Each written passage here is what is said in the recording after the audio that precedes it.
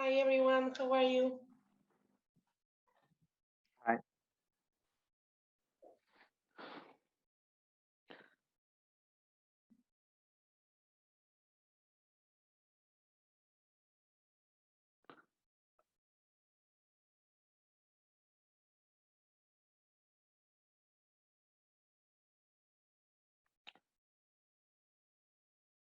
Good morning, good afternoon, and good evening, everyone.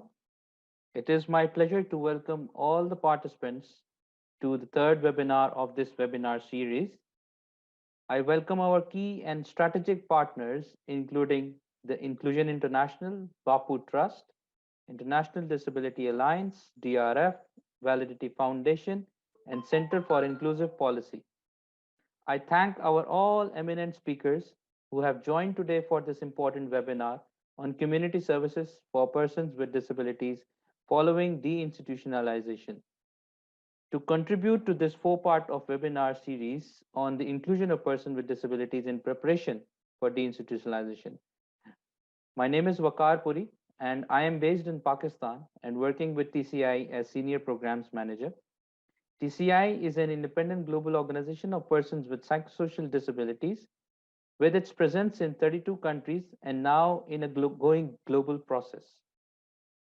TCI works with its national leaders and members to enhance their movements at the national level and provide a platform to advocate with the governments for inclusion through microgrants, trainings, and DPO support grants.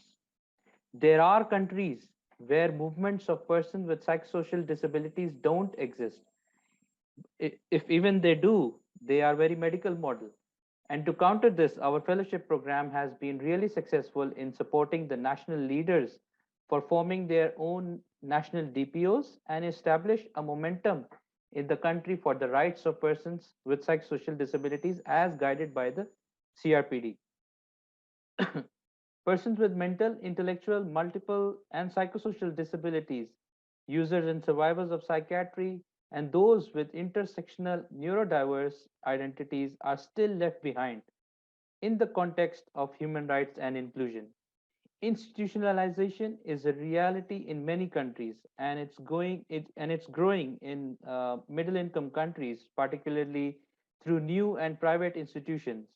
People with psychosocial disabilities and persons with intellectual disabilities are more commonly found in mental asylums, rehab centers, clinics, nursing homes, and a variety of care institutions facing long term confinement, isolation, physical, and chemical restraint. Considering this emergency, aggravated by the COVID last year, as you all may know, the CRPD committee established a working group on DI. TCI and our partners enabled the participation of DPOs in the many regional consultations hosted by the CRPD committee. An annotated draft guideline outline document was also released by the committee with support of the Global Coalition on the Deinstitutionalization. Indeed, the policy environment is preparing for the deinstitutionalization. The objective behind this webinar series is to bring news and concrete examples on DI a document for advocacy for our national leaders and other civil society organizations to show that enabling community environments must exist for deinstitutionalization to be safe and CRPD compliant process. This series of webinars is a unique opportunity for all of us and will create a platform for us to initiate a dialogue between multiple stakeholders and conclude with solutions for deinstitutionalization and inclusion of persons with disabilities who continue to face exclusion from the society. I now request Mr. Alberto Vesquez from Center for Inclusive Policy to take the lead from here for leading the facilitation for this webinar and introducing the speakers. Alberto, over to you from here. Thank you. Thank you, Wakar, and good morning, good afternoon, everyone. I would like to start by thanking TCI for facilitating this space where many organizations working on the rights of persons with disabilities can come together and discuss challenges and opportunities and best practices to advance the institutionalization and As Wakar mentioned, this is the third of a series of webinars on de-institutionalization. The first one on creating enabling conditions for de-institutionalization, explore structural preconditions to advance DI, such as legal and policy frameworks. And the second one on building community support and psychosocial ecosystems, explore the importance of disability-specific community support services, where still significant investment is needed, particularly in low and middle income countries. And today's webinar will explore access to services, programs, and facilities for the general population, such as housing and education and employment and justice, which are an important aspect of community inclusion. And 15 years ago, the Convention on the Rights of Persons with Disabilities was adopted on this same day, the 13th of December of 2006. And that date has represented a before and an after for persons with disabilities around the world. As we know, people with disabilities participated actively in the negotiation of the Convention on the Rights of Persons with Disabilities under the motto, "Nothing about us without us." And this participatory approach, which included perspectives from the Global South, led to a groundbreaking document which embraced the social model of disability and recognized, among other things, the equal right of persons with disabilities to live in the community. And the right to live independently in the community, which is Article 19 of the CRPD, is one of the most important contributions of this treaty. It mandates states to ensure persons with disabilities can exercise choice and control over their own lives. And living independently doesn't mean living alone or being apart from family. It means exercising freedom of choice and control. And Article 19 also challenged the narrative of care and situates it under a support paradigm. And people should be supported to live independently in the community on equal basis with others. And moreover, it puts in question segregation and institutionalization, as was mentioned by Wakar, and called for the rights of persons with disabilities to choose where, with whom, and how to live as everyone else. And I think importantly, Article 19 embraces this twin-track approach present in many articles of the Convention on the Rights of Persons with Disabilities. On one hand, the importance of ensuring all services, programs, and facilities are accessible and inclusive for persons with disabilities, from social protection to housing to transport. And on the other hand, it also highlights the importance of ensuring the availability of disability-specific support to connect and to leverage other community inclusion efforts, particularly for those with high support needs. Services as personal assistance, support decision-making, or communication support. And all of this frame around liberty and choice. And I would say this is basically the Convention on the Rights of Persons with Disabilities summarized in one article. This is Article 19. And over these 15 years, we have encountered different challenges to implement this right, particularly in relation to persons with intellectual and psychosocial disabilities, from trans-institutionalization, moving people from big institutions to small institutions, to the lack of investment in community-based responses. And in the context of access to general services, persons with intellectual and psychosocial disabilities continue to face discrimination and barriers, including having service and benefit packages that are not responsive to their specific requirements. And another important challenge remains in the medicalization of community support, where instead of providing general services tailored to the needs of people with disabilities, sometimes access to such services is deferred to the health sector. And I would say more tragically, many of the challenges continue even after the institutionalization processes, giving people moving out of institutions little chances to actually exercise choice and control in the community.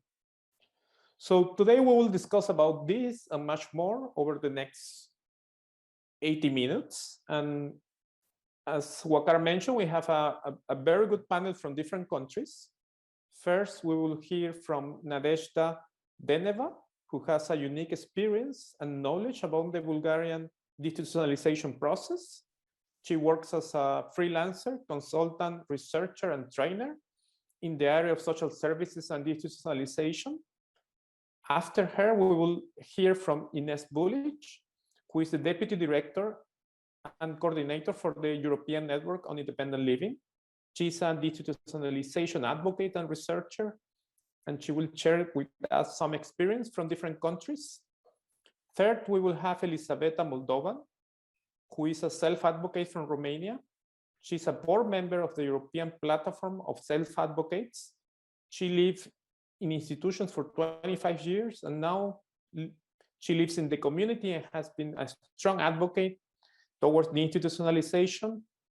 Then we will have Celeste Fernandez, a human rights lawyer and a law professor from Argentina. She's the coordinator of the Disability Rights Program of ASIG and a member of the Regional Network for Inclusive Education in Latin America. And finally, we will hear from Tim Aubrey, professor and senior researcher at the Center for Research on Educational and Community Services in the University of Ottawa, Canada.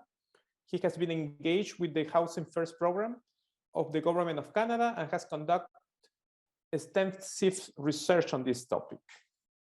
So please, all of you that are following this webinar, feel free to send questions for the speakers. And let's start our conversation of today with Nadecha. She will speak in Bulgarian and will be supported by Tanya for consecutive interpretation. So please, Nadezhda, can you share with us some of the challenges on de-institutionalization and access to general services in Bulgaria? Здравейте! Много благодаря за възможността да участвам в този вебинар. Ще се опитам да бъда максимално кратка, тъй като има и превод, и много благодаря на Таня, която ще ми помага с превода. Hello, thank you very much for the opportunity to take part in this webinar, and I'll try to keep it short. Темата, по която бих искала да говоря, е връзката между деинституционализацията и достъпа до универсалните, до общите услуги, такива каквито са възможни за хората, които населяват определена общност. И тази връзка според мен е пряка, т.е. можем да твърдим, можем да очакваме, че там, където има ограничен достъп до общи услуги, до универсални услуги, ще имаме високи нива на институционализация. И това е така, защото институцията дава удобно решение за всички въпроси, които остават нерешени, за ограничения достъп, който имат хората с определени трудности, най-често хората с увреждания. I will focus on several topics with regard to the direct connection between deinstitutionalization and the access to general services. When there is limited access to general services for certain people or groups of people, we can expect high levels of institutional care. This happens because the institution provides a convenient solution and compensates the limited access to general services, such as healthcare, education, employment, housing, and free time for the people.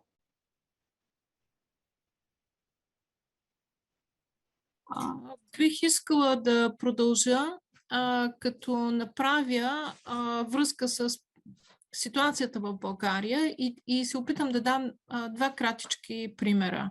Когато стартира процеса деинституционализация в България, ние видяхме, че има нагласи в средите на специалистите от сферите на здравеопазването, образованието, останалите специалисти към децата с увреждания. И го видяхме категорично в нашата практика.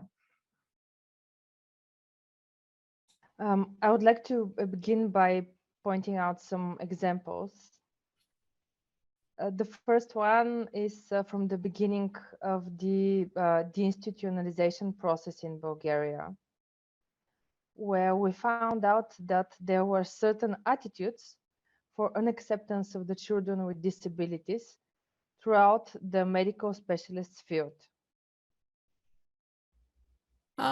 Така, например, имахме ситуация, в която деца се налагаше спешно да бъдат хоспитализирани и медицинските специалисти не смятаха, че това е необходимо, тъй като казаха ми, това е от диагнозата. Състоянието им зависи от диагнозата. За съжаление, този фокус върху диагнозата или този медицински подход към увреждането все още е валиден. И ние сега изграждаме домове или малки групови домове за деца с нужда от постоянна медицинска грижа. So we had cases where the medical professionals refused hospital admission to children in critical health condition because according to them, their medical condition is a result of their diagnosis.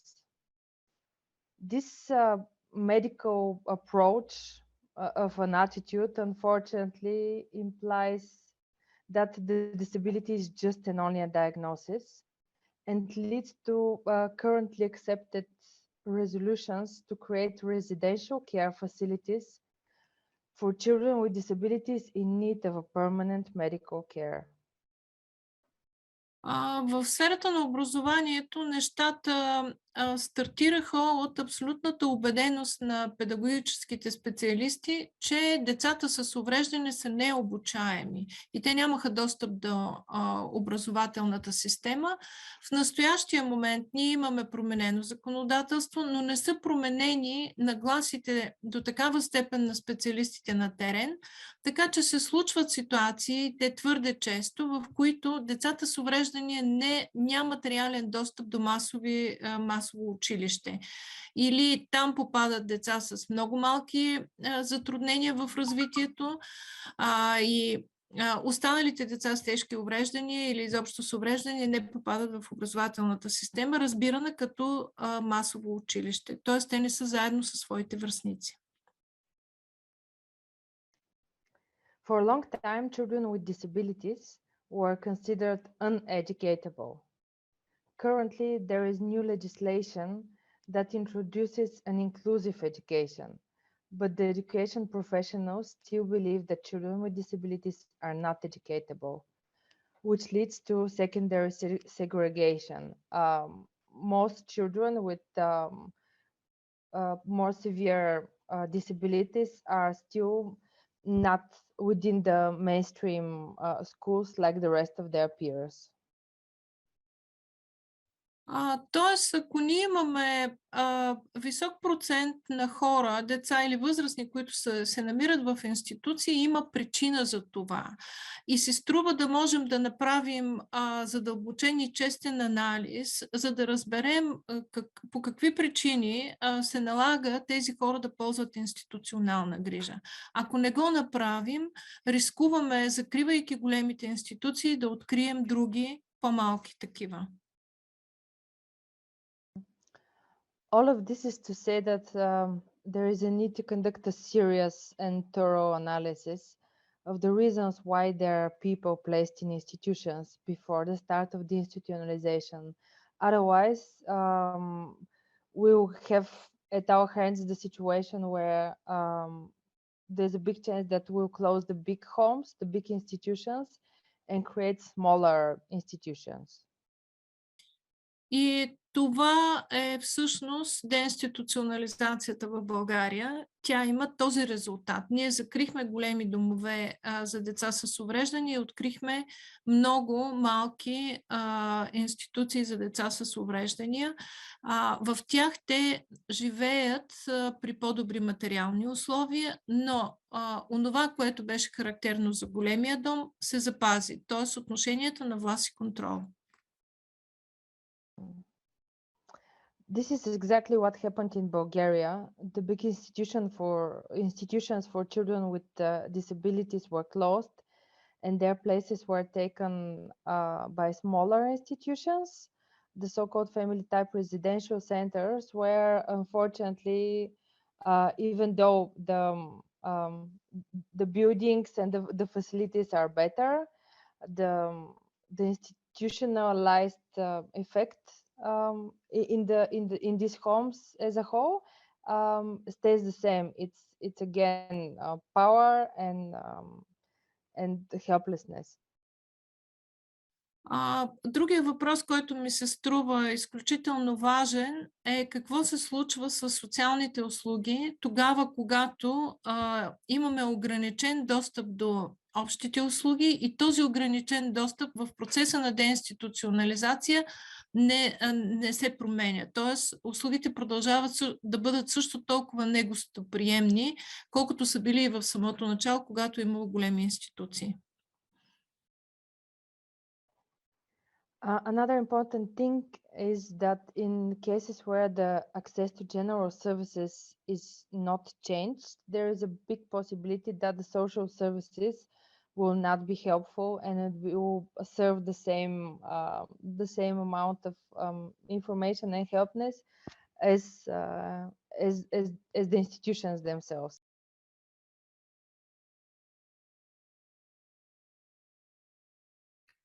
Тоест, новите социални услуги започват да изпълняват същата функция, каквато са изпълнявали големите институции, да предлагат комплексна грижа. Да има здравни, образователни услуги за свободното време, там да има подслон, там да има някакви занимания през деня. Тоест нищо различно. И това, както ние го наричаме, е една дублирана реалност за хората, които са изключени. Те не са включени в нашата реалност, а преживяват една дублирана реалност. And then the social services start the so-called duplicate reality, where they need to provide the same amount of services that the previously the big institutions had provided, to provide healthcare, to provide what to do with the free time, to provide housing, just in a different form, and do not change significantly in a positive way the life of the people using them. Тоест, социалните услуги не могат да направят така, че да подкрепят хората да бъдат включени в обществената система и ние имаме нова форма, различна форма на сегрегация и изолация. Това е твърде скъпо за цялото общество, защото прави хората много зависими. И аз ще ви дам пример за това как изглежда един деинституционализиран човек в България. Той живее в резидентна услуга, през деня ползва дневна услуга и за преместването от едното място в другото място групово се качва в един микробус. Затова ние наричаме тази форма на социално включване през прозореца, тъй като гледката, която вижда този човек, е през прозореца. Нашия свят е през неговия прозорец. Той не е включен в него. So these services really do not provide anything better for the persons with disabilities, and let me just tell you how one day goes by for a person that is de-institutionalized. The person is placed in a residential care facility. He receives daycare in a daycare center and is being transported between the two buildings in a group specialized shuttle. This is why we call this so-called community option inclusion through the window glass. Our lives, our world is through their window glass. This is not a better way. It is not a way to include people with disabilities into the community, and it is a lot more expensive way for spending the publicly invested resources. И ако ми позволите последно изречение, процеса на деинституционализация не трябва да включва само закриване на големи институции, не трябва да включва само разкриване и развитие на нови социални услуги, а трябва да стигне до масовите услуги, до промяна в достъпа на общите услуги към хората, които са изключени. Ако това не се случи, ние всъщност ще направим един голям кръг и ще стигнем на същото място, ще имаме отново изключени хора, но по различен начин. And as conclusion, what I would like to say is that if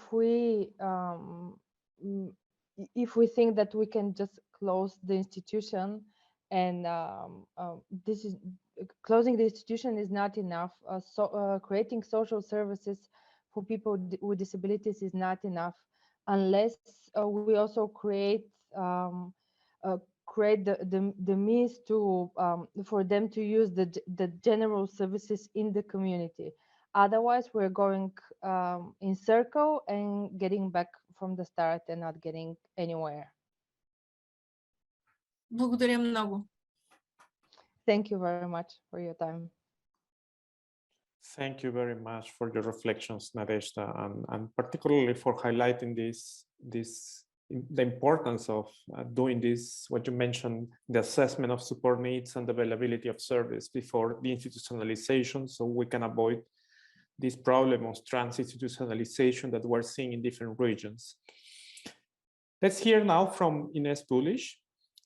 Ines, can you share with us some of the strategies and practices for the provision of mainstream services followed in Europe? Yes, hi everyone. Thank you as well for the invitation to this webinar.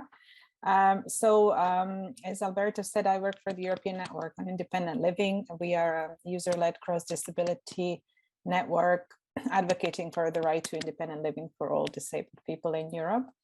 I mean, when talking about Europe, obviously it's a little bit difficult to generalize because the situation is very diverse across Europe. There are countries where the society is fairly welcoming of disabled people, including, you know, mainstream services. And then there are countries where it's still a big issue where a lot of disabled people live in institutions. I think what is an important point is that, and this is something that was shown in our independent living survey, which we did last year, even in the so-called more developed countries, what we would consider countries of Northern Europe, there are still, among the disabled people, there are still people who tend to find themselves segregated, excluded from society. And these are generally people who are considered to have very complicated needs, you know, who are described as people with challenging behavior. And these people still, so even, you know, if disabled people are fairly included, there is always a group of people that tends to be excluded and you know, kind of segregated to specialized services. So yeah, we have issues everywhere, not just in Bulgaria, as Nadia has said just before me. I mean, in the European Union, a lot of work has been done on accessibility of environment.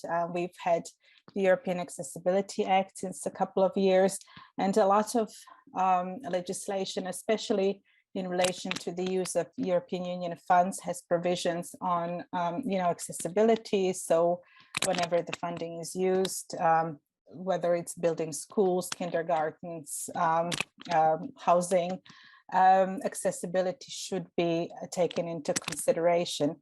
However, I have to say it's not always followed in practice. Then it comes down to, of course, monitoring and making sure that these provisions are really applied. We also have, at the level of the European Union, a non-discrimination directive, but only when it comes to work and employment. And so this should be applied consistently, you know, across the 27 member states. There has been a big effort some years ago to try to, and there has been a proposal for horizontal non-discrimination directive. but that has not passed. So some countries are against this legislation, which would cover other services such as, healthcare, education, housing, etc. So we still don't have non-discrimination protection across all, all services or all facilities. There is quite a bit of legislation around transport, accessibility of transport, rail, air, all sorts of transport. So I guess this is an area where we have seen a lot of improvement, but again, like with everything, there are problems in, in implementation. It's not all sort of smooth sailing. I want to just say a couple of things about the countries which are in the process of deinstitutionalization, where there are some reforms taking place. Unfortunately, we are seeing what Nadia just described, that large institutions are being replaced by smaller institutions. And in next to that, we are seeing, people being directed to daycare centers, sheltered employment. So it's still, people are still expected to stay in what some people call the service land, there is not an expectation that they will actually properly join, participate in society, even though on paper, when we challenge this, the government say, oh, but there is nothing stopping them, from using services, mainstream services, I mean. But we see that these places, the new housing, these new small group homes are generally in remote communities, which don't have that many opportunities for people to, to actually be active citizens or so. So while in theory they could take part, it is all set up in a way to exclude people and to keep them confined to their own, daily activities, work, not to mix with sort of everyone else. I think one issue that we have been working a lot on as ENIL is making sure that everybody has access to personal assistance, and making sure that personal assistance is not just seen as a service aimed at covering people's basic needs, because this is one thing that a lot of governments restrict personal assistance hours to people being able to get out of bed, use the toilet, eat. Whereas life, of course, is much more than being able to get out of bed. So this is something that we have been advocating for: participation in work, participation in education, in culture, being able to get out and about and doing the things that you like should not be considered as a luxury. It should be considered as really a key part of life, right? Something that should be covered through personal assistance hours, but also through personal budgets or direct payments, which people have in some countries. So I could speak, of course, much longer, but just to say, also make one point, in countries where let's say the mainstream services are fairly welcoming of disabled people, we have seen in the last years the effect of the austerity measures. And also, of course, of COVID now. So just the fact that services are accessible does not mean that people are necessarily able to use them, to access them. We still see a lot of disabled people living in poverty, people really lack basic means, to live. So while in theory, of course, they could use everything that is available, people still don't have, a lot of people don't have the means to use any of that, and don't have enough, of course, support to be able to, to take part. So this is another area, and it has been pointed out also by the CRPD committee, especially in the inquiry on the United Kingdom. So, I mean, I would stop here. There is a lot of work that we still have to do, and just raising awareness about the fact that independent living really is not just about disabled people having, the support, just to eat, get out of bed, get dressed, and the rest, and for the rest rely on their family members or friends, but that we need to put in place supports, funding, so that people can take part and enjoy, what is available in society. So I'd end here. Thank you. No, thank you, Ines, for highlighting so many topics. I think some takes away I would like to raise is the importance of accessibility, the importance of a clear non-discrimination mandate and protection, the importance of a rights-based approach for investments, because as you has mentioned, and Nadezhda too, I mean, there is a risk that investments in community support is actually not right-based, no? And then the importance of resources and how to avoid regression in the implementation of rights. Let's move now to Romania with Elisaveta Moldova.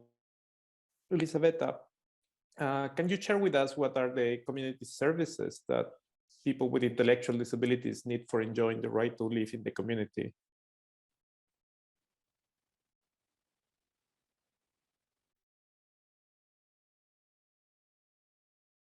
Da. Prezintă-te prima dată. Mă numesc Moldovan Elisabeta, sunt copreședinte la Asociația Ceva de Spus și membru în bordul EPSA. My name is Moldovan Elisabeta. I'm the co-president of Ceva de Spus Association and member in the board of European Platform for Self-Advocates. Și acum o să discut despre ce servicii au persoanele cu dizabilități în comunitate. And I will tell you a few things about what kind of services people with disabilities need in the community. Și dau un exemplu pentru că eu când am ieșit din instituție, and I will give you my example because when I left the institution, am avut nevoie de foarte mult sprijin pentru că nu știam să aprind un aragaz, nu știam să-mi plătesc cheltuielile și îmi trebuia sprijin. When I left the institution, I didn't know how to start the stove, how to do the day-by-day things, and I needed a lot of support. Și acest sprijin nu-l primesc din partea statului român sau din partea autorităților, și l-am primit din partea organizațiilor care se ocupă de persoane cu dizabilități. And I didn't get this support from the state or from the authorities, but from different NGOs which are working with people with disabilities. Persoanele cu dizabilități, vorbind din toate țările, nu numai din România, au nevoie de sprijin în comunitate de persoane de sprijin. People with intellectual disabilities need support persons. Au nevoie ca statele membre să dea bani organizațiilor pentru a susține autoreprezentanții și persoanele cu dizabilități să trăiască în comunitate. And the states should fund NGOs which support people with disabilities to live in the community and which support and to support self-advocates. Statele din orașul nostru trebuie să se întâlnească cu autoreprezentanții pentru că ei știu de ce nevoie are de accesibilizare. And it's very important that the authorities to have meetings with self-advocates because people with disabilities know best what kind of accessibility they need. Noi, de exemplu, facem mese rotunde și invităm mai multe autorități. Am fost și la autoritatea la directorul pentru transport în comun. For example, we do many roundtables and many meetings with authorities and stakeholders. For example, we had a meeting with the director of the local transportation company. Pentru că noi avem transporturi accesibile, dar nu au fost folosite. Because in our city we have accessible public transportation, but it wasn't used. Iar noi când am fost, am încercat transporturile și acum au dat drumul la rampa pe care fiecare persoană cu dizabilitate care este în cărucior poate să meargă cu transportul și poate să și sune direct la recepție și să spună în ce stație se află și atunci primește sprijin la tramvai. For example, at the local trams, they were equipped with elevators, but they didn't know how to use, and when we tested the accessibility of the public transportation, we saw that they can't use the elevators. So after the meeting, the company created a hotline, so a person with disabilities can call and tell them in which station they are in order to announce the driver to be prepared because a person with disability needs help. Avem nevoie de sprijin la diferite conferințe, adică la toate conferințele, pentru că se vorbește destul de greu. Also, we need support for example, at conferences because the language is hard to understand. Și trebuie persoana de sprijin să ne traducă din greu mai în ușor de înțeles. And the support person has the role to translate from hard to understand and easy to understand. Ce sprijin mai avem aici? Zi-mi de ce ți-a fost ție frică când ai ieșit? Mie mi-a fost frică când am ieșit că nu mă descurc în societate. I was very afraid when I left the institutions. I was very afraid that I cannot handle with the life in the community. Că nu voi cunoaște orașul, nu mă pot adapta în comunitate. I was afraid that I won't be able to know the city and I cannot adapt or be included in the community. În mintea mea am zis că nu cred că ar trebui să ies în comunitate pentru că nu cred că primesc sprijin cum nu l-am primit nici în instituție. I was afraid that if I leave the institution, I will not get support. Dar am avut curajul și am ieșit și am învățat multe. But finally, I had courage and I left the institution and I've learned many things. Și cred că toate instituțiile trebuie să fie închise și să nu se facă instituții mai mici. And I think that all institutions should be closed and not replaced with smaller institutions.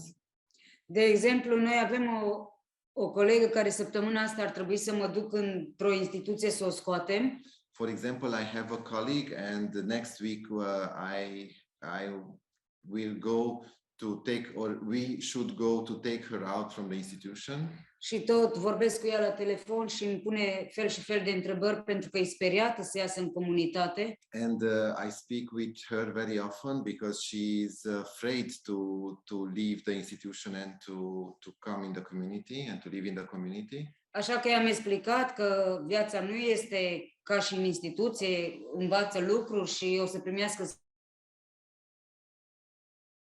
her that life in community is not like an institution and she will get she needs. Și așa că vineri va păși în comunitate pentru tot restul vieții ei. So Friday she will make this move and she will come in the community for the rest of her life. Dar spune care e alternativa la instituții. I asked Ellie about the alternative to institution. Adică să se închidă instituțiile, dar ce să se facă în loc? Da, pentru că instituții... Dar n-ai spus ce să se facă. Da.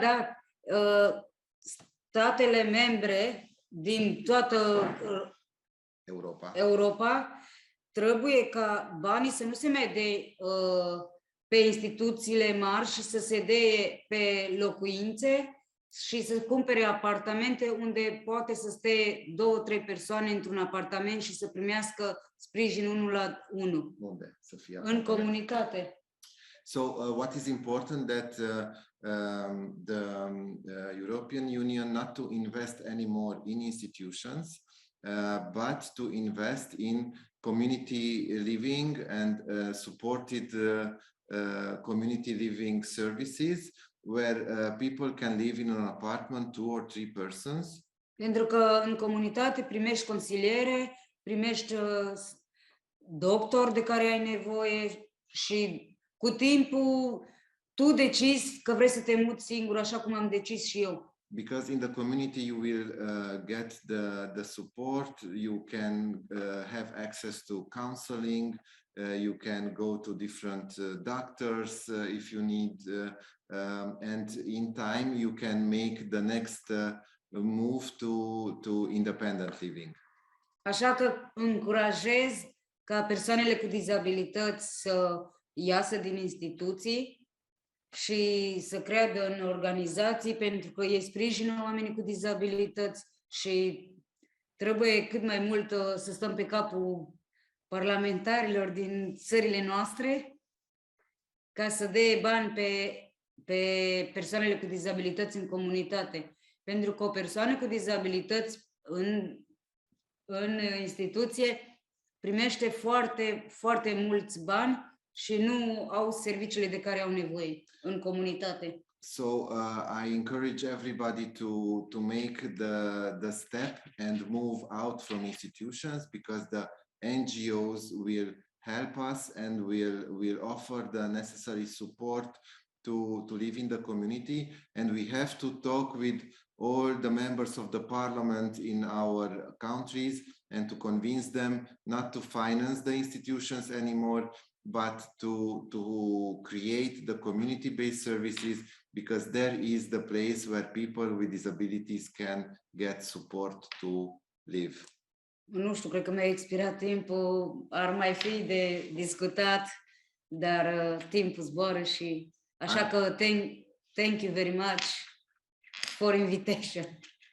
I think that my time is off, so it would be many things to discuss about this topic, but my time is over, so thank you for your invitation. No, thank you very much, Elisaveta, and for sharing your experiences with the system, and again, great examples on the importance of accessibility, of community services, which goes beyond the built environment and buildings and includes things like transport, as you mentioned, or information and communication, including having personal support and easy to read formats, no? And I think also I take the point of having this cultural change to embrace community inclusion, which is much needed, no? So we will hear now from Celeste Fernandez from ASIG, an organization from Argentina. So Celeste, can you share with us what are the challenges and opportunities in Latin America to advance inclusive education as part of de-institutionalization? Yes, of course. Hi, everyone. Thank you, Alberto. It is really nice to be sharing this morning or this afternoon with you. Thank you very much for being there. And on behalf of the Regional Network for Inclusive Education, I want to thank the organizers very much for the invitation to participate in this interesting webinar. I would like to share with you some thoughts about the link between inclusive education and independent living. Like your question, Alberto, is like very big. So I will go with some general thoughts, and then we can I can answer questions or like go through that again. As has been mentioned before in this conversation, to ensure persons with disabilities do not live in institutions, we must ensure that mainstream services are fully accessible and take into account the needs and interests of all persons. And education has a lot to do with that. So the right to inclusive education is like the way of like the entry door to fully exercising our rights. And inclusive education has a direct impact on the possibilities of persons with disabilities, on the possibilities that these people has to live independently within the community. If students with disabilities are studying, learning, and participating in mainstream schools on an equal basis with others, with access to the general curricula and not to parallel curricula, with the support they need, then we are giving them the tools to materialize their life projects. But this is not only about providing students with disabilities with tools, but it is also about providing persons without disabilities with certain tools, by teaching them to value diversity and to support others, by providing them with an education based on human rights, by allowing them to know the potential persons with disabilities have and all they can bring to society. I mean, inclusive education produces a deep transformation in the ways we conceive disability, in the ways we interact with others.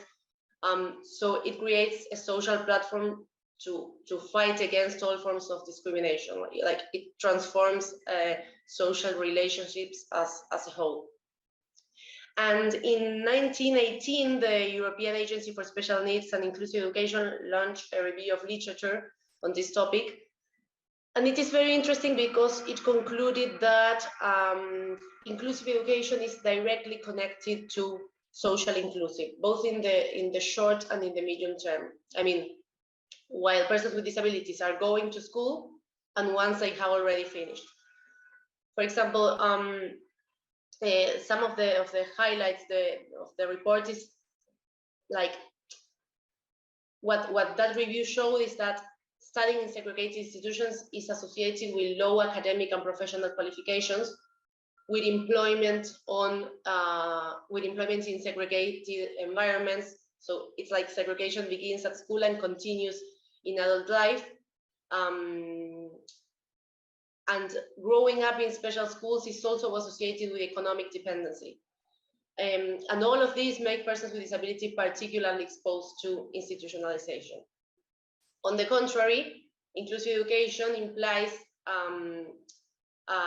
allows for better social and academic results, increases opportunities for interaction between persons with and without disabilities, fosters the acquisition of social and communication skills and the development of support networks, deepens the sense of belonging, and experience in most of Latin American countries show that it is also key to access higher education and access the labor market on an equal basis with others.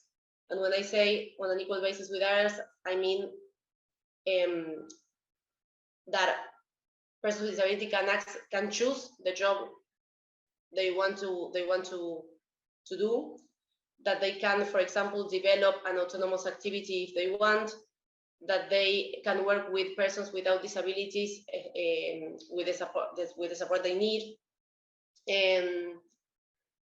And actually in all Latin America, we have many children living in institutions because they have been previously expelled from education systems.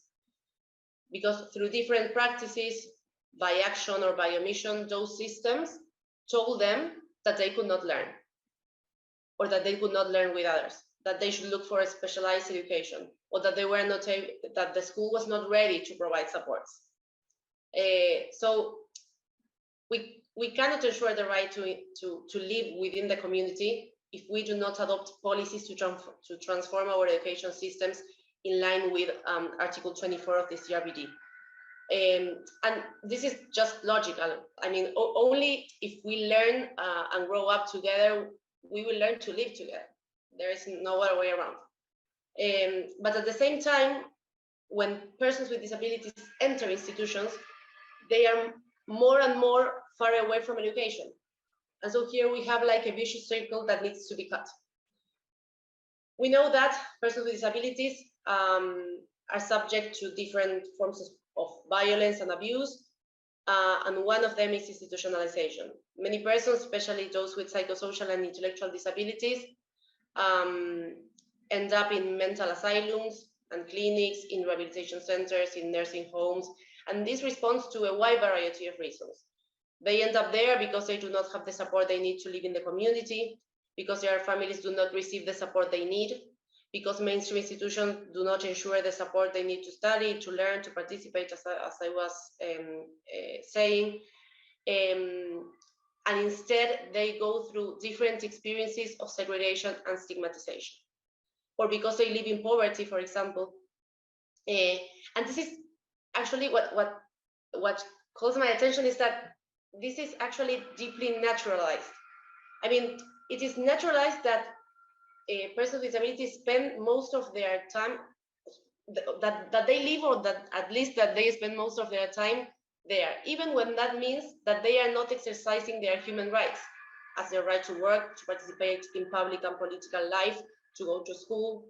And you can't exercise rights when you live in an institution. That is simply not possible. That is simply not possible. So in most of our countries, we keep repeating that certain levels of education are mandatory, but then we naturalize persons with disabilities do not complete them.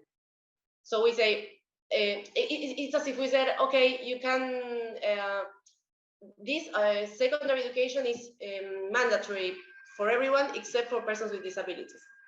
It is usually the government that says you cannot go to school, or you have to go to a special school, even when that means you won't be able to access diplomas certifying that you finished school, and nothing happens with that. It's like the public schools recommend that. So this is something that requires a lot of work. And in general, information available in Latin American countries show that persons with disabilities are most excluded from education as they remain at their homes, or as they live in different kinds of institutions. For example, only in the city of Buenos Aires, between June 2012 and December 2017, we had 6,044 cases of children living in 40 different institutions, both public and private. And that meant that they weren't going to school. They weren't going to school. So we have a lot of challenges here. We have a law requiring the state to close mental health asylums, and they are not being closed. We have the convention that forces us to close special schools and carry out the transformations we need in the general education system. Although we don't have like robust experiences for de-institutionalization, for example, in Colombia, what they are doing, they had like these institutions where persons with disabilities in vulnerable situation used to live, to spend 8 hours a day, and now they are starting to go, for example, for 4 hours to those centers, so that they can go the rest of the time to school. But most of the experiences we have are like a little bit isolated, are sometimes carried out by civil society organizations and not by the state, so they have difficulties in funding. So we have many barriers in this field. So to conclude, like, the lack of inclusive education takes persons with disabilities to institutions, and at the same time institutions exclude from education. So it is important to cut those cycles of exclusion and segregation by strengthening education systems in line with Article 24 of the CRPD and closing institutions. And both transformations must be carried out at the same time, because they are both functional to each other. So we really need to make governments understand that nobody in an institution, that living in an institution is not being protected, that living in an institution is actually not living at all. When we have a single person living in an institution, we have a person that is dehumanized, that loses power over her life, that is deprived of liberty, that is spoken by others, subject to a routine she did not choose, that is not able to choose and materialize her life project. So we need to both to work on both fields. Thank you very much, and I remain at your disposal in case you have any questions. Thank you, Celeste. And you highlight, I think, the instrumental aspect of inclusive education, no, in terms of promoting inclusive cultures, developing a skill for independent living, and preparing people for economic independence, no. And I think what you mentioned about the vicious circle is very important, no. How exclusion from inclusive education, it leads children to institutionalization, at the same time how institutionalization prevents access to education. And we will come back to this when we have, if we have time for questions, and I think we will have. And last but not least, let's hear from Tim Aubrey. He will present on the experience of Housing First as an evidence-based approach for integrating persons with psychosocial disabilities in the community. So Tim, the floor is yours. Oh, thank you, Alberto. And thank you to TCI and Center for Inclusive Policy and all you partners. It's a pleasure being here today. Just to tell you a little bit about this approach called Housing First. And as I listen to the perspectives from different countries, it makes me think. We went through de-institutionalization for people with psychosocial disabilities in Canada in the 1980s, and we did it very badly, quite frankly. We didn't put in place in our communities the proper opportunities and supports so that people could move from these large hospitals, quite frankly, psychiatric institutions, into the community and start a life in the community and get integrated. And then in the 90s, we went through deinstitutionalization for people with intellectual disabilities. Again, we didn't do well. Families were more involved, by the way, in that process. And so as a result, we ended up with a lot of homelessness in Canada that we still have today. And this is the context I want to talk to you about Housing First.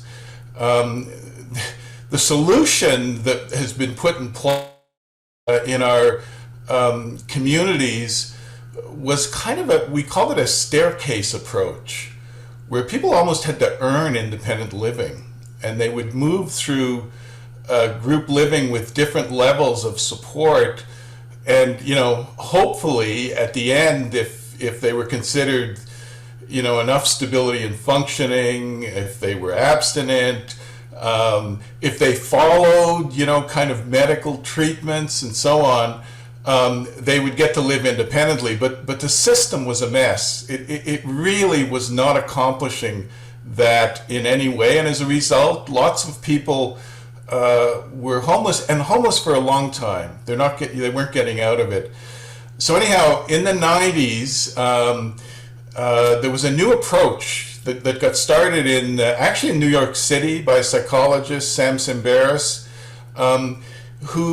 what he wanted to do is say, let's get rid of the staircase. Let's collapse it. These people are on the street. Let's bring them right into housing, and we'll support them in the housing, and regular housing, not congregate, not small group living, regular housing. And that's what was called Housing First, which is actually, even though it's straightforward, it was actually quite radical, because people didn't believe that people with psychosocial disabilities could move right into housing and start a life in the community. And so Housing First is straightforward. It's giving people, because you have to realize, and I've listened to speakers today, and it's so interesting how the issues are all the same in the different countries. This is a group of people living in extreme poverty, so you have to be able to afford the housing. So there's a rent subsidy. That is critical.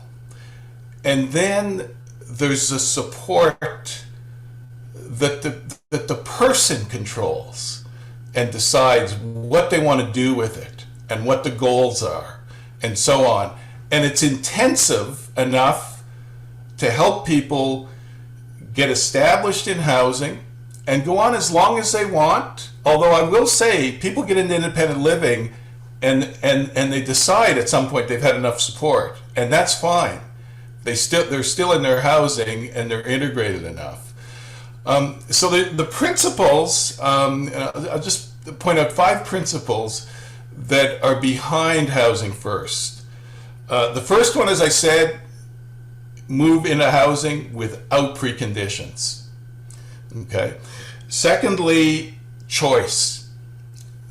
The person is at the center of the approach, and they're empowered to choose their housing, like to go around and see, is this a neighborhood I want to live in or not? And move, as I said, move into regular housing. It can be private market, but in some countries it's social housing, if there's a lot of public housing. But it's not clustered. So for instance, one of the standards in Housing First is you never have more than 20% of people coming out of homelessness in the same building. Because now we're starting to cluster people again, and that goes against integration. Housing and supports are separate, okay? And the supports are in the community. They're not in an office, they're not at a hospital. The supports go to where people are. We use a principle of recovery. That's a kind of a way of thinking that comes out of the whole area of supporting people with psychosocial disabilities, and it's really working with people so that it's future oriented. So in line with what people were talking about today, do people want to do schooling? Do they want to get back into school? Is that a goal, a life goal? Is work a life goal? Are there goals related to their family that maybe they've lost touch with, where there's estrangement and so on? So that's the recovery piece, looking forward, not just dealing with problems and deficits and deficiencies and so on. And then finally, a last principle that's key is community integration. Helping people, find their way in the community to have a life that's satisfying to them. And as I said, that's in line with their goals. Now, one of the things that has really helped this approach get momentum is research. Because with research, we've been able to get the attention of governments. And when I say governments, not only in Canada, we had a very big project, and I'll just say a few words about it, but also in Europe. There's a very big project in France. There's one that just finished in Spain. There's a number of other projects. Belgium did one. There's stuff going on in Norway, up in Scandinavia, and so on. And there's even stuff going on in Latin America, down in Australia, down in New Zealand. So we call this, in my world, evidence-based, which is what you want to try to show that it makes a difference to people, that it's beneficial, okay? And this has a lot of the features of what's considered good approaches that are evidence-based. For instance, we can define what the approach is. It's well defined. There's even a fidelity measure that's adaptable, but that you can use around a set of standards. It's in line with client goals or consumer goals. We know in Canada, we've done surveys, and people with psychosocial disabilities that are homeless, when we ask them, where do you want to live? What kind of housing do you want to live? 85% plus of people say, I want to live in regular housing like everybody else. And I also want to be able to choose who I live with, okay? And so that's paramount here. The person is central in the Housing First approach. It also is in line with, there was talk earlier about a human rights approach to housing. We just put in place in our national strategy a human rights principle to housing. In Canada, healthcare is a right. Now we want to make housing a right. In Finland, housing is a right. So So that's an important part of this whole movement of Housing First. Effectiveness. So here's what we found so far. The approach will end homelessness permanently for 80 to 90% of the people. You know, that's been shown in multiple studies now. Okay, so that level of effectiveness for a program is very, very rare, very rare. So that's important, and that has got the buy-in from governments when they see that kind of success. There's minimal negative effects. We certainly have to be concerned about the 10 to 20% of people where it doesn't fit, and we have to work with people. But keep this in mind: in Housing First, if things don't work out in the first apartment, they still get support to find another apartment and another one until it works out. But for some people, like I said, there's about 15% who would rather live in more of a structured or group setting. If there's choice and there's options, you want to help them do that. But it falls around giving people a choice in their housing. As I said, long term, the outcomes look very good. It's sustained. People stay in housing. The cost in Europe, Canada, US, 10 to 15,000 euros per year per person. Think of how modest that is. That's for everything: the rent, subsidies, the supports. Now here's the thing: because of housing, people use less services that are not helpful to them. They use less healthcare, less social services. So you're actually, the money is kind of just being moved to another place that's more appropriate. And in France, they showed that their program, and they're scaling it up across the country, they're showing that their program actually pays for itself and more because they've not deinstitutionalized, and there's no other services out there. So that's important, the cost. And then the last thing I'll say is that it's adaptable to diverse communities. We have adapted it for our Indigenous people. In a city, Winnipeg, they've brought in Housing First, multiple agencies. Those are Indigenous community agencies, NGOs. We've also adapted it in our big study in Canada to racialized communities in Toronto.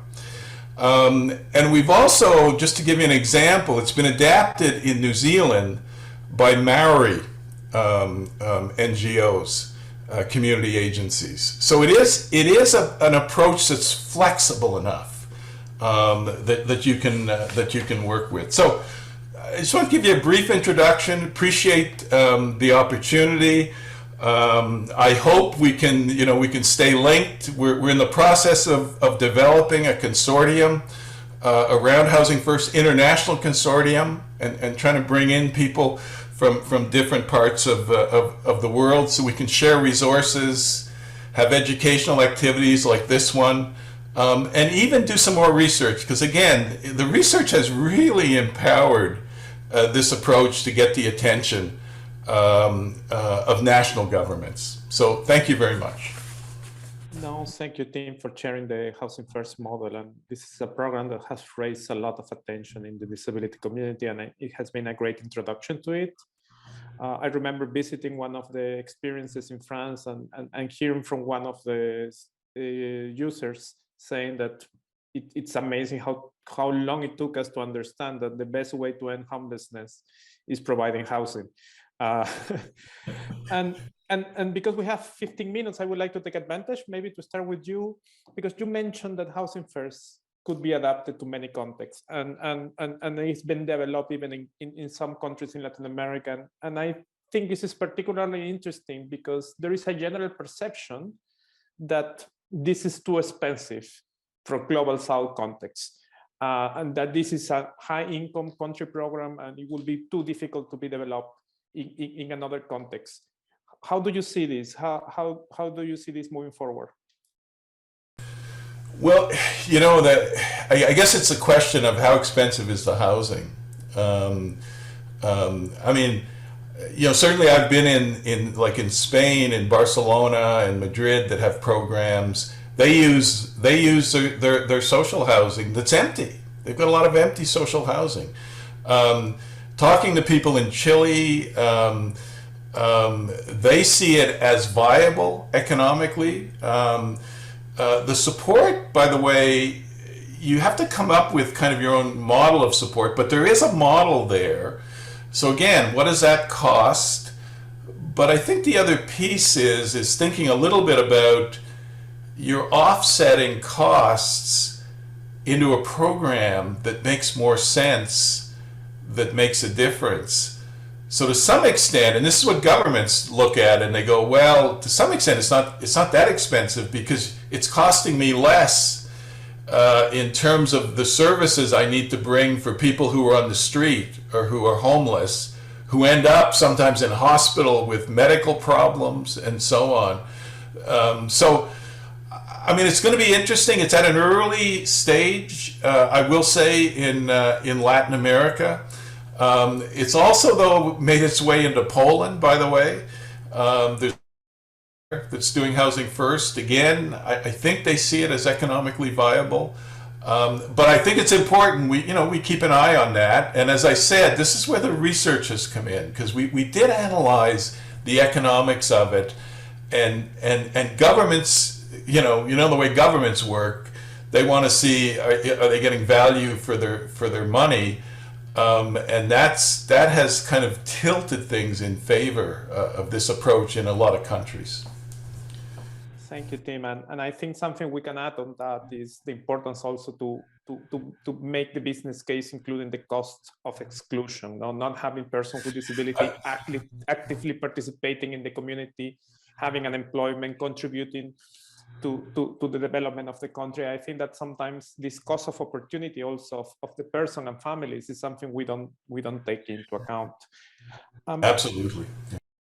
Sylvain from the Democratic Republic of Congo had a question, and I would ask Ines if you want to jump into this one, which is how organizations of persons with disabilities could be supported to not only, I think, and I'm elaborating here, not only to advocate around this issue, but also I think to get involved in the provision of services. Yeah, I mean, what we do as ENEL, we do a lot of, I mean, we are basically learning from each other in many respects, so sharing, we do a lot of events, conversations where people are able to share about the problems, challenges in their countries, and then we provide advice, or others provide advice, so that is kind of for us to support our members. In terms of, it can be in terms of getting started, because in some countries there aren't any organized, for example, independent living groups, and there's a couple of people, so it can be, how to get started. But further down the line, it can be, for example, exchanging strategies and laws that work in other countries, and for example, what should a law on personal assistance look like? What should be in there? What shouldn't be in there? So in that respect, I mean, a lot of organizations, of course, don't have capacity. They need funding as well. Unfortunately, is quite small as well. So we are not really able to do that kind of, provide that kind of support. We sometimes work together, apply together jointly for funding, to work on projects. We have, for example, a project with our member in Turkey, promoting personal assistance, raising awareness about personal assistance. So, in that way, we kind of support each other. But the capacity is an issue in many countries, and of course, larger organizations are usually the ones who are able to, to access funding. What was the other part of the question? Or in terms of providing services, yeah. Well, I think some of our members do quite a few, for example, pilot personal assistance, and later on are licensed to provide personal assistance services. It is a slightly double-edged sword, I think, because sometimes it puts organizations in a position that they're to criticize anymore. When they depend on funding, or the services they provide depend on municipal or government funding. So it can be quite a tricky position, but a lot of the organizations do manage to do this, I think. But there is, I think that's something to be aware of, not to lose that advocacy and watchdog component if you do provide services. Thank you, Nes. We have a question for Nadezhda. How families were involved in supporting de-institutionalization in Bulgaria, and how did you involve them or work with them to prepare children and adults moving back to the community?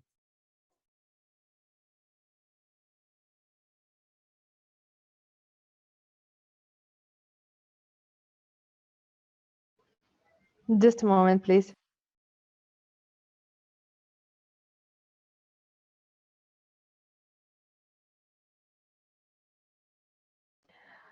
Въпросът е всъщност доколко, Наде, как семействата са включени в това да подкрепят децата си в процеса по деинституционализация и как ги включваме или работим с тях, за да помогнем на децата, които ще излязат от институциите. Темата с семействата беше много интересна от гледна точка на тази продължителна дистанция и продължителна раздяла. Това беше с децата, които бяха и младите хора, които бяха трайно институционализирани. За съжаление, в България битува едно убеждение, че родителите и семействата или трябва завинаги да бъдат грижовни, обгрижващи, те да са тези, които подкрепят своите деца с увреждания, или обратното, някой друг трябва да поеме грижата вместо семейството. Тоест, тази идея за споделена подкрепа, тогава когато родителите подкрепят децата си и имат подкрепата и на професионалисти на общността, на хора извън семейството, някак е все още доста екзотична. Така че на нас ни предстои така да разгърнем този потенциал, за да могат всъщност семействата в един момент да могат да живеят един живот като всички останали, да не са завинаги в функцията на подкрепящи и грижащи се. Unfortunately, in Bulgaria, this topic is still very exotic, let's say.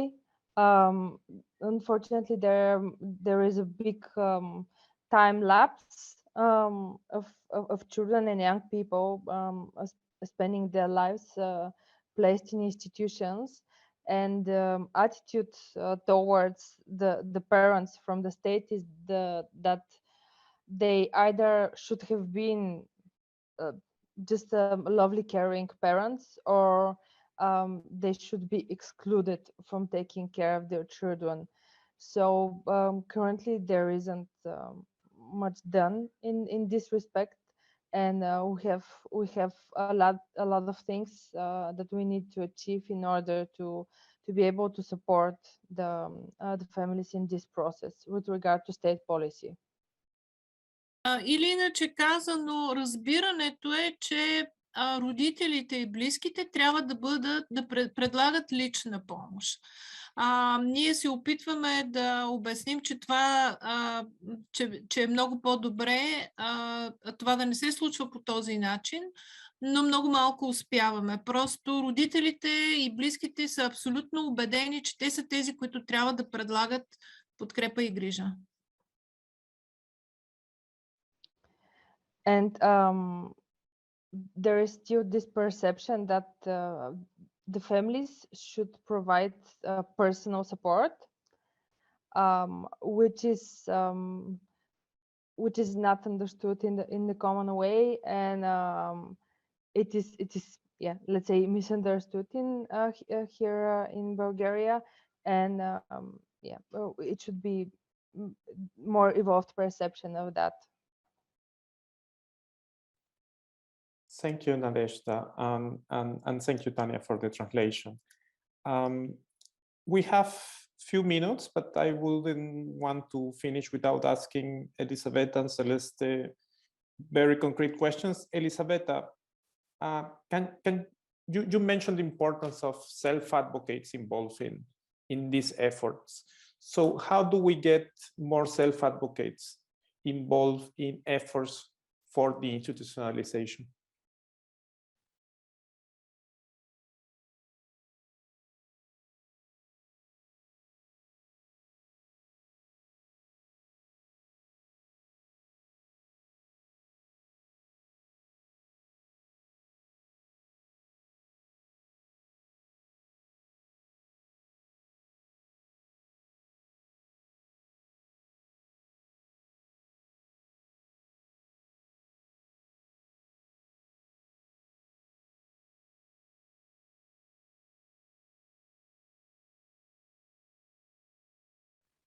You're muted.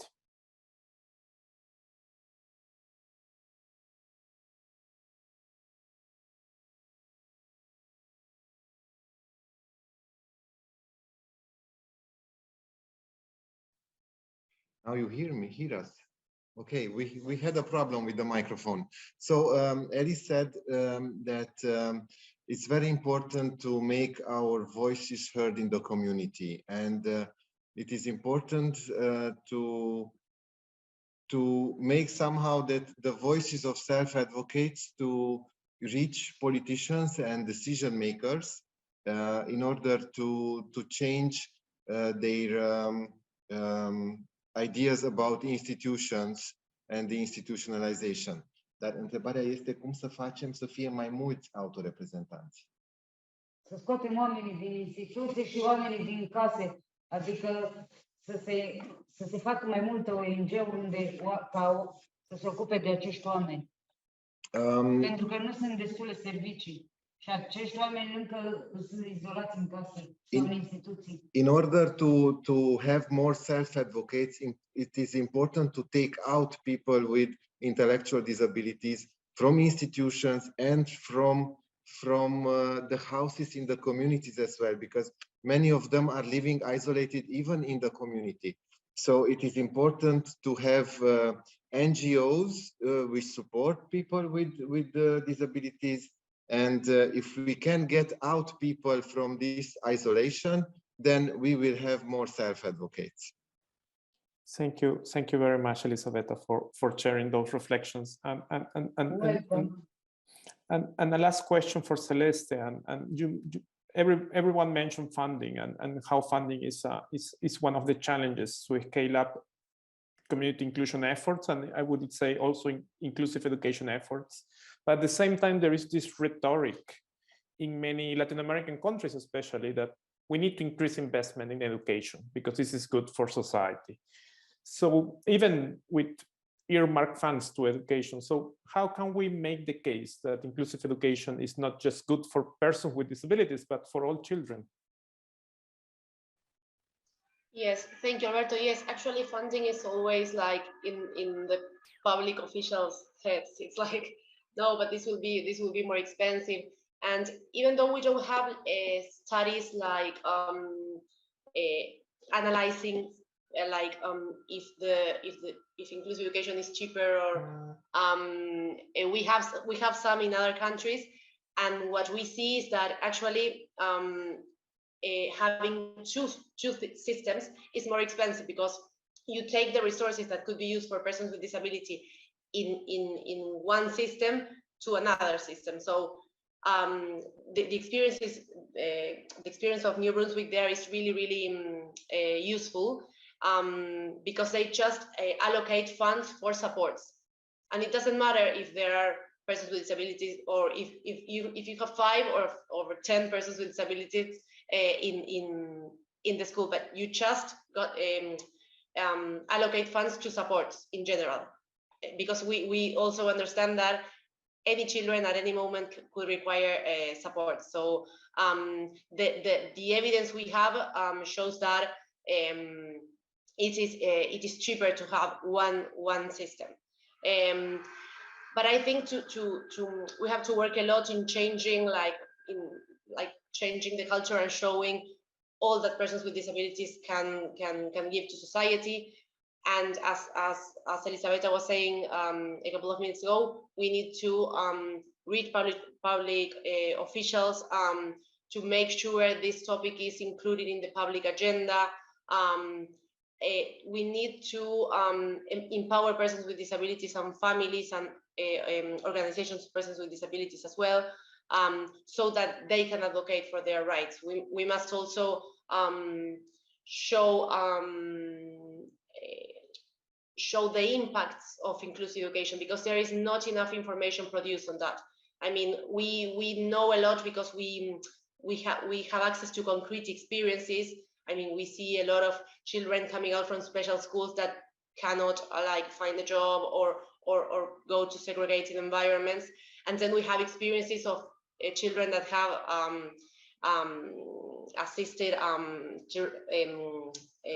general institutions, and there we see that they have many more opportunities when they go out. So but we have to document that, and our countries have to strengthen and reinforce their statistical capacities to show what happens when persons with disabilities live in the community, and when we don't have to allocate funds, for example, for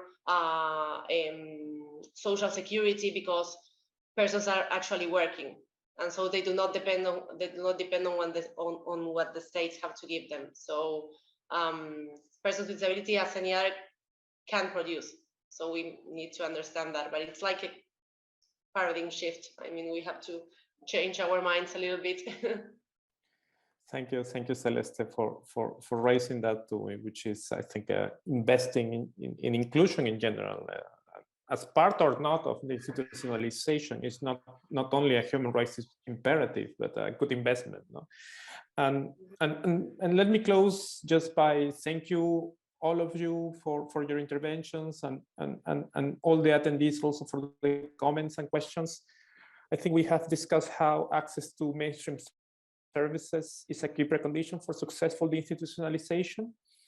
And as we have heard today, building disability inclusive generic services demands not only the removal of environmental and information and communication barriers through accessibility, but also the prohibition of discrimination, the provision of reasonable accommodation, and transforming the services to be relevant to the life of people with disabilities. No? And this cannot be achieved also without participations of persons with disabilities and the representative organizations in the design, implementation, and monitoring of such services. No? And to be really inclusive, these general services or mainstream services must embrace a rights-based approach to disability, no? Ensuring respect and protection of human rights, fostering inclusion and participation, and securing adequate funding, no, as part of the obligation of progressive realization of rights. And we didn't have much time to speak about social protection, but this is one of the mainstream programs and sectors that is key for success in the institutionalization, and they are very critical also, because not only because of the support they can provide for financing community inclusion and economic security, but also because social protection also has a gatekeeping role in eligibility determination for accessing community support, and also through disability assessment and certification. Now, that's something we need to think, because at the end, this is some of the challenges we also have in terms of accessing community support. And so thank you again for your attention, and back to you, Wakar, for the closing.